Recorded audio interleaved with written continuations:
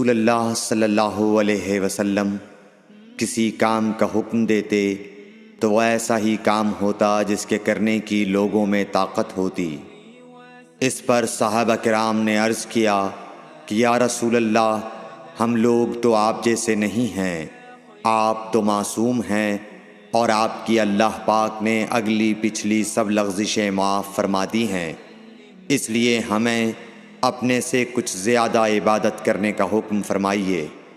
یہ سن کر آپ ناراض ہوئے، حتیٰ کہ خفگی آپ کے چہرہ مبارک سے ظاہر ہونے لگی۔ پھر فرمایا کہ بے شک میں تم سب سے زیادہ اللہ سے ڈرتا ہوں اور تم سب سے زیادہ اسے جانتا ہوں، پس تم مجھ سے بڑھ کر عبادت نہیں کر سکتے۔ صحیح بخاری حدیث نمبر 20۔ مولاي صل